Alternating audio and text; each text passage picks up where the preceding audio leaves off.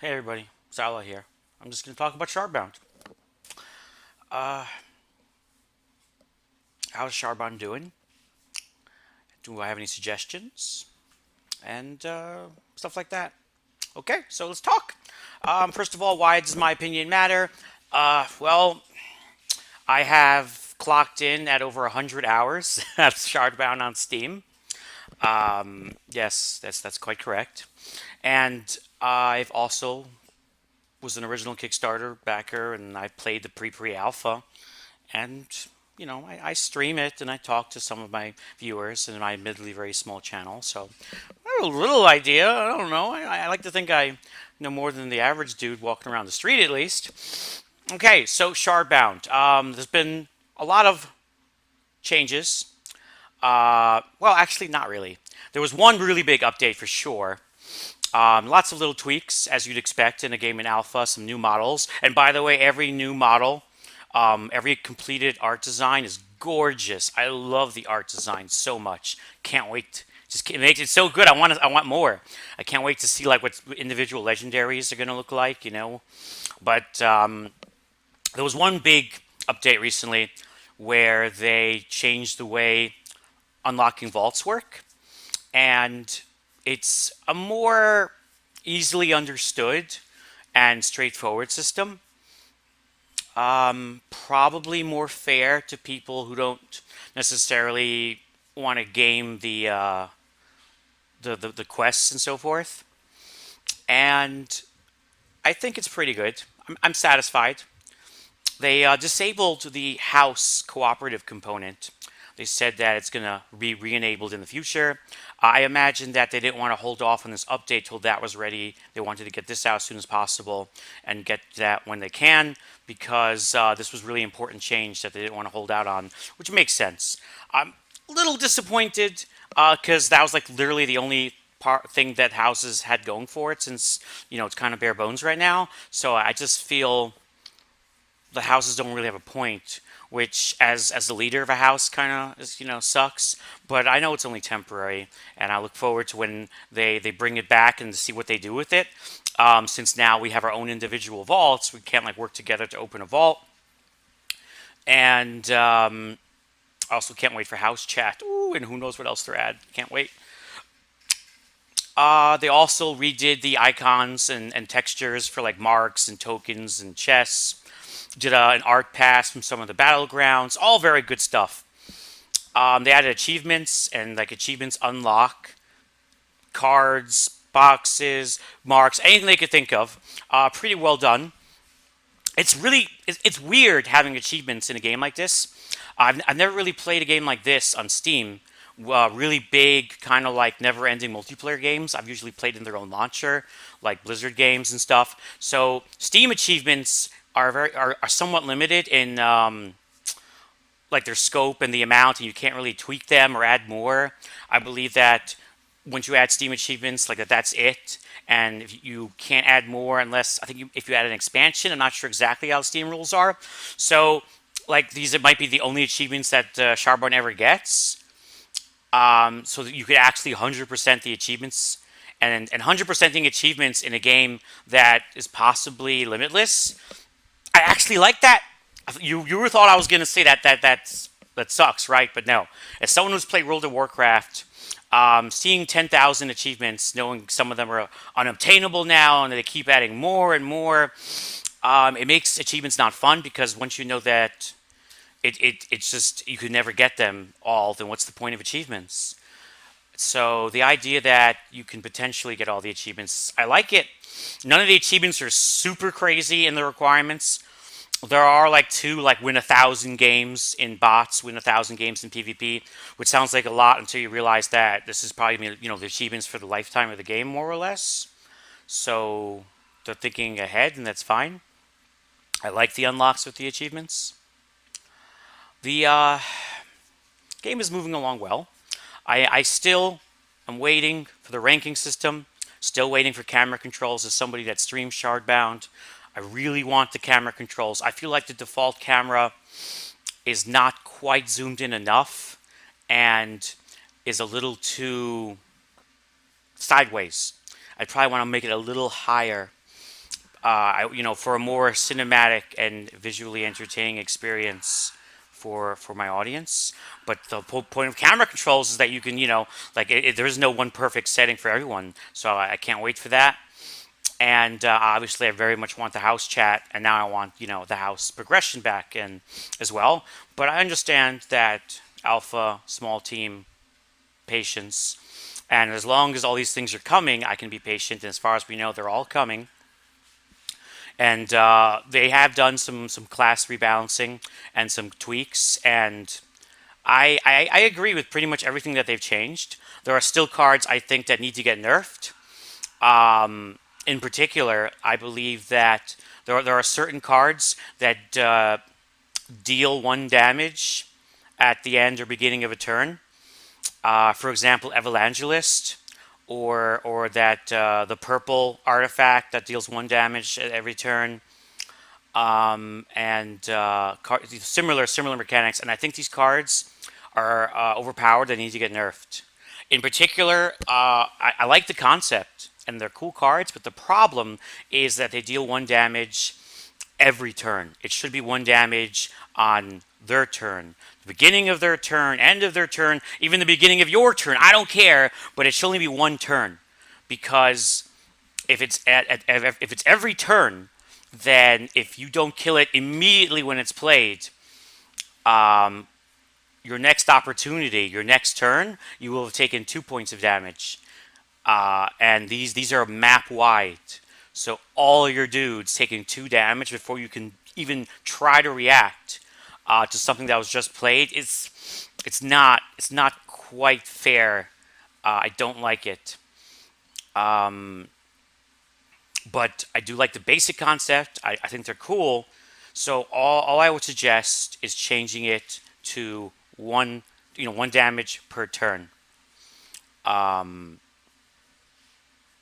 Now, for balance purposes, they could, there might be a cascade effect. Maybe they tweak something else.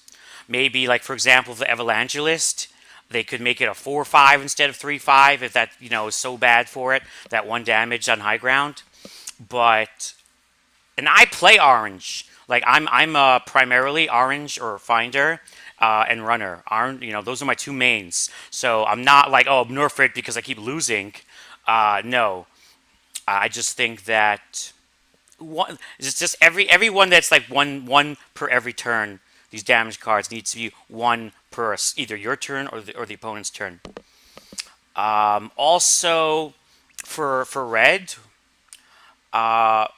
red is kind of the flavor of the month now, and it's strong. I don't have a problem with it. I don't like nerfing things in general, but there is one issue that's very annoying. It's the Armory Gunner. +2 health to everything in your hand every time it shoots something is insane. Now, it's a good concept, but again, it is so overpowered that it's ridiculous. I suggest just a simple change, +2 health to a random minion in your hand.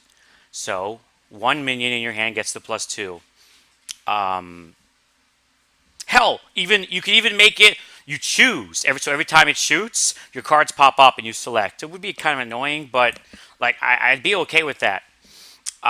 It's just +2 to every creature in your hand every time it shoots.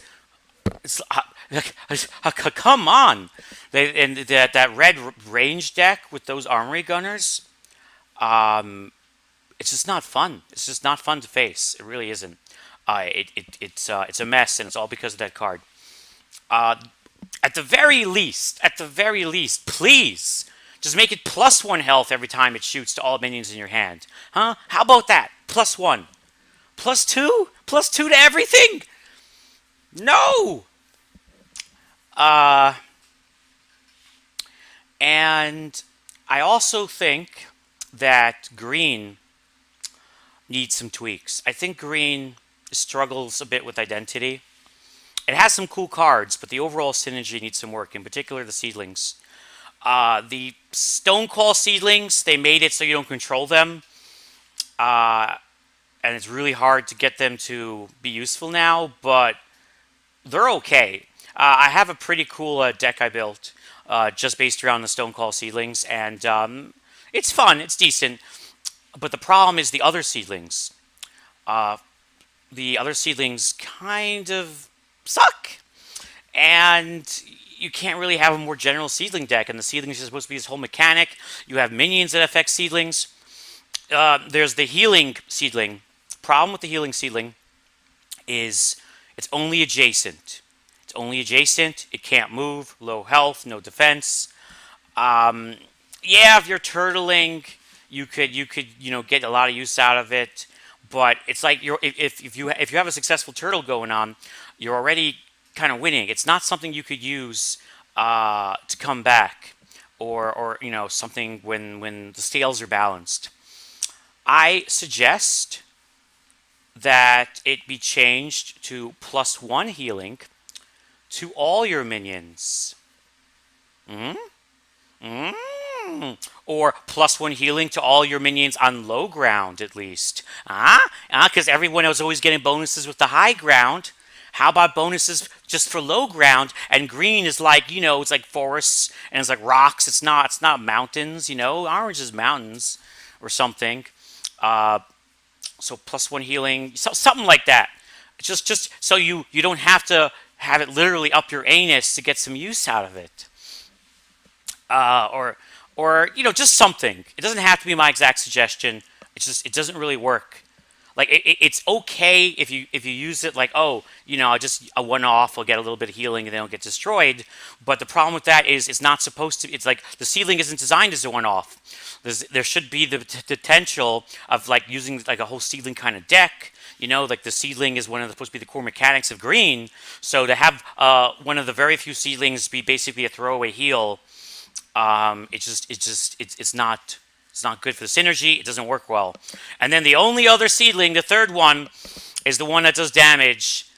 I don't like it. It hurts your own guys. Green doesn't have the healing power of purple. You don't want to hurt yourself. You throw it in the enemy's territory. It's just so iffy. They just ignore it, or they destroy it, or it gets used against you. Yeah, you could probably get it to be useful, but again, to build a deck around that, like some seedling deck, it's just not going to work.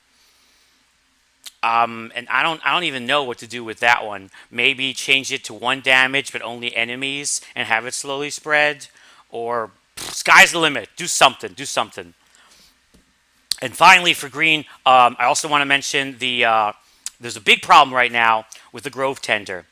People on Reddit disagreed with me, but there's still a problem with Grove Tender. The problem with Grove Tender, and I love the way the Grove Tender looks. He's a cute little Pokemon, like a little plant. He's like Bulbasaur, and he's decent stats. When he dies, he summons a seedling. It sounds great, except it's random, and there's seedlings right now that could literally kill your own team, heal you, or summon.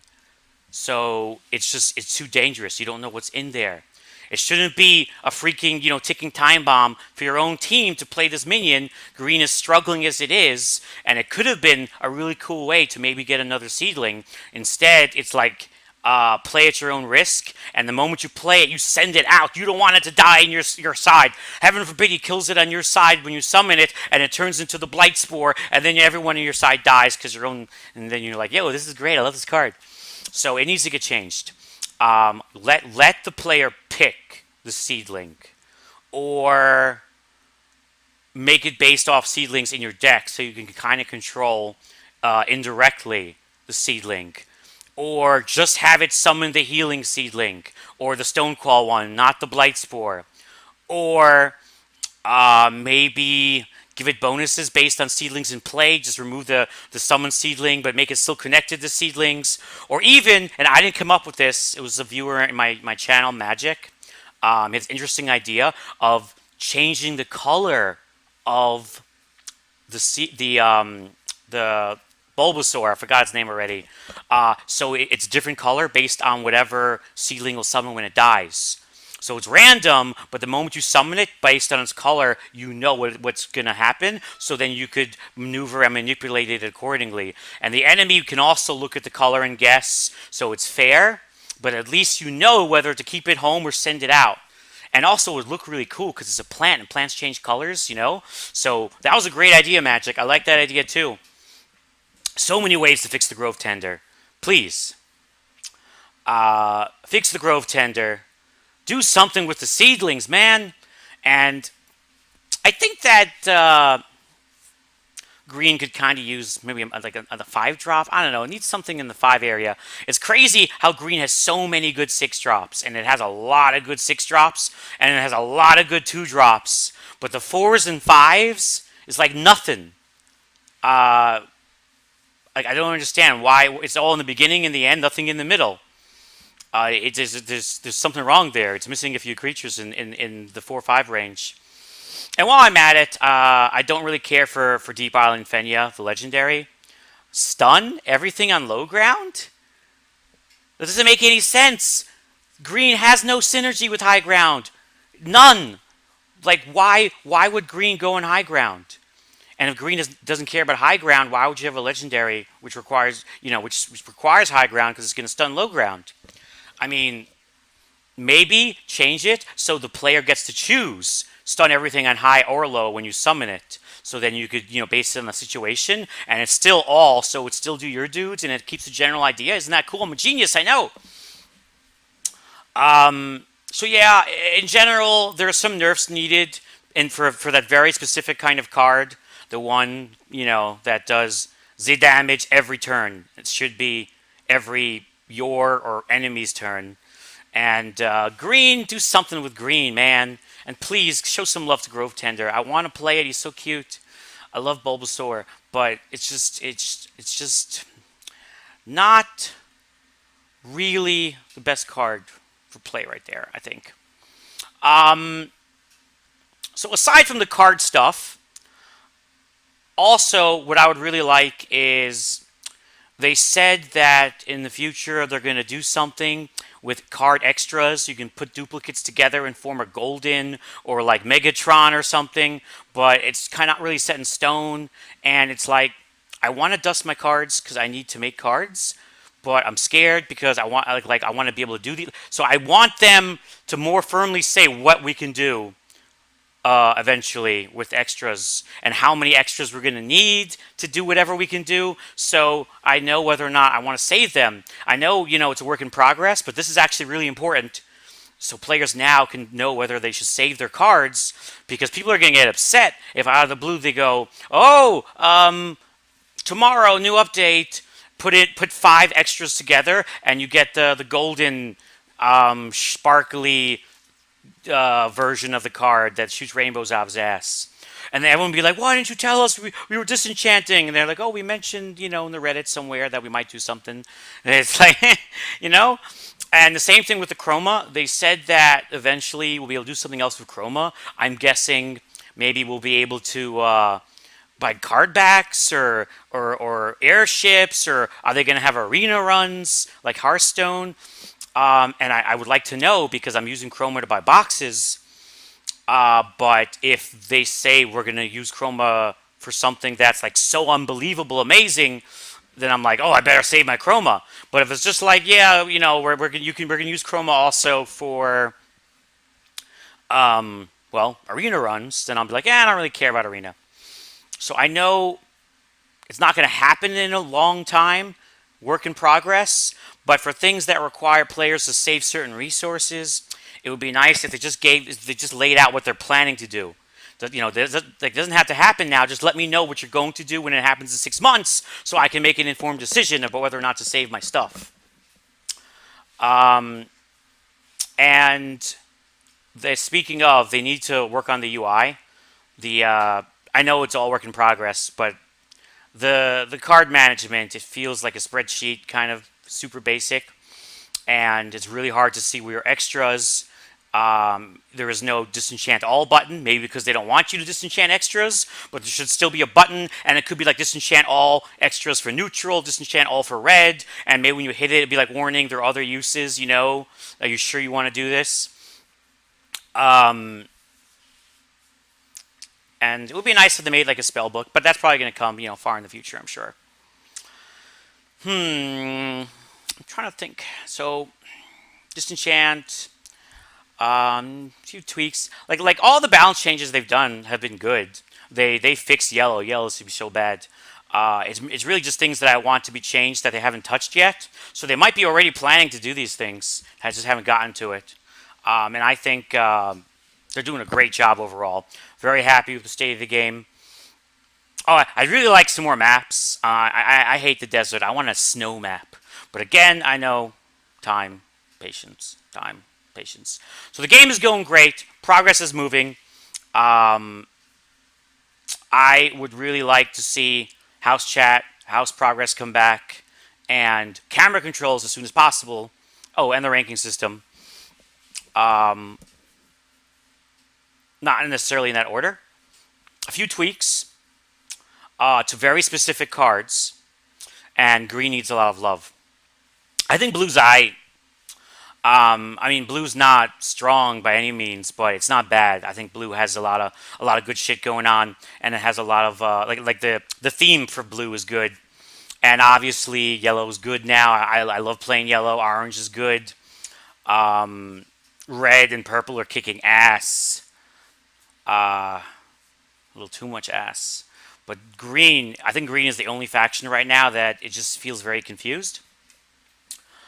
Um, hmm, hmm, hmm. Was there anything else? Yeah, I don't script anything, so I'm just trying to remember things popping through my head.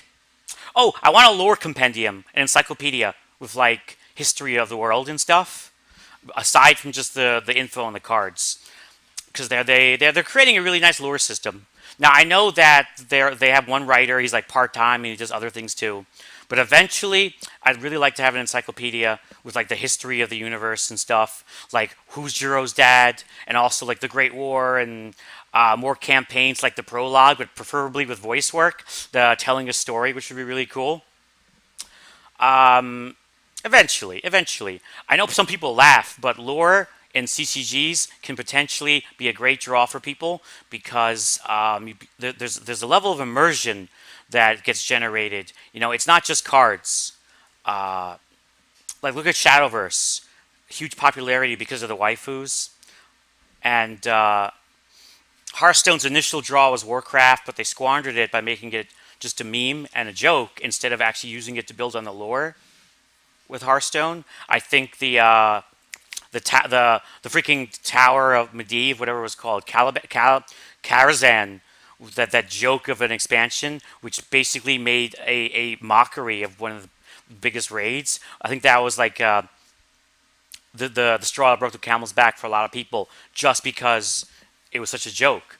People take the lore in these games seriously, and if you have a good story and a CCG, you could always expand if the game is successful to novellas, comics, stuff like that.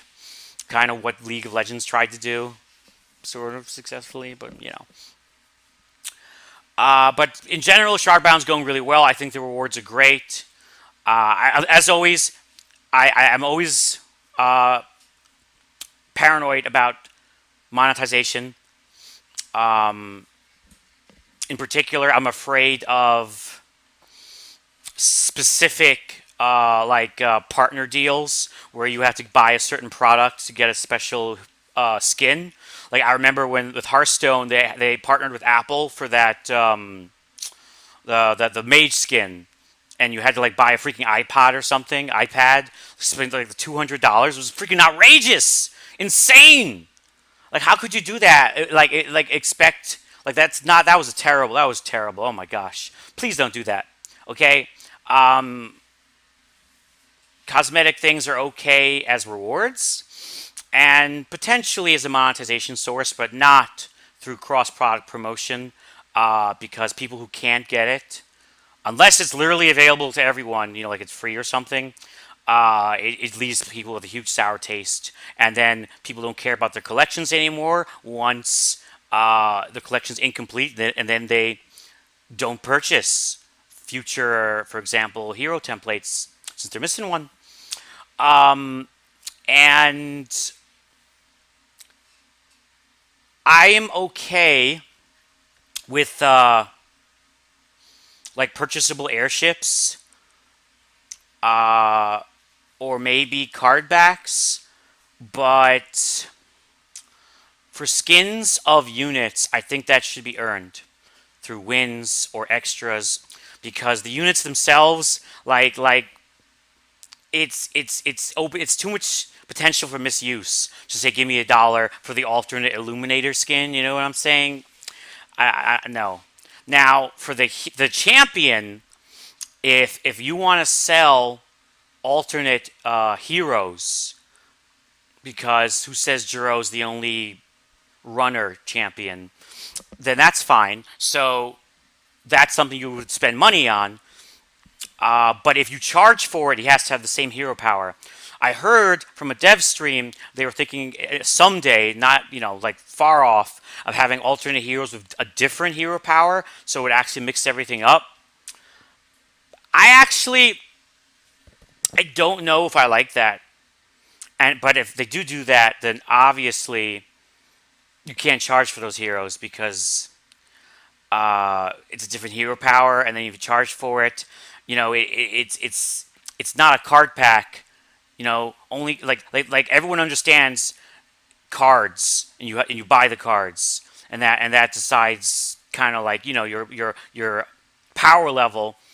But a hero power, heroes are like, it's the unit's supposed to be included. So if you give a different hero power and then you sell it for money, it's like nobody ever said that in addition to cards we got to buy heroes. You know what I'm saying? So if they have the same hero power, you can sell, because then it's cosmetic, and that actually be a great source of money. And that's cool, and you can use it also to expand the lore. But if it's a different hero power, then you can't charge for it. And honestly, I don't even know if it's. I don't think it's a good idea anyway. But you definitely can't charge for it. Also, don't do like monthly card backs or something like that, because people who start the game late, or who are in the hospital for a month, or in doing relief efforts in a flood zone, and they can't play for a month, they come back, they miss the card back, and then there's always one missing in their collection, and it upsets people. Collecting matters. I mean, this is a card game. People who play this game are collectors that care about collecting. So card backs are fine. You could earn or buy even, but don't make a monthly thing that Hearthstone did. That, oh God, please, that was awful. But in addition to selling boxes, I could totally see monetization from selling airships, selling cosmetic heroes that are functionally the same but a different character, and maybe selling card backs.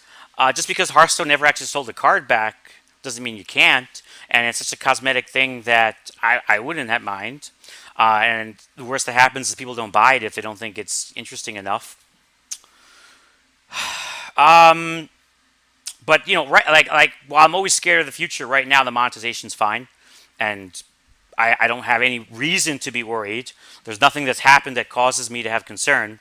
I actually really love their monetization model so far. Earning boxes is super fair and fantastic, unlike many other card games. So those are my thoughts overall. Right now, the game is really fun to play, and like the mechanics that are in the game are mostly complete, and it looks good, and the balance is pretty good, and everything you earn sticks with you. The achievements are in the game, so there's not going to be a reset, so there's no reason not to play. But a few cards with a very specific mechanic, the one per turn, need some nerferinos. Armory Gunner, do something.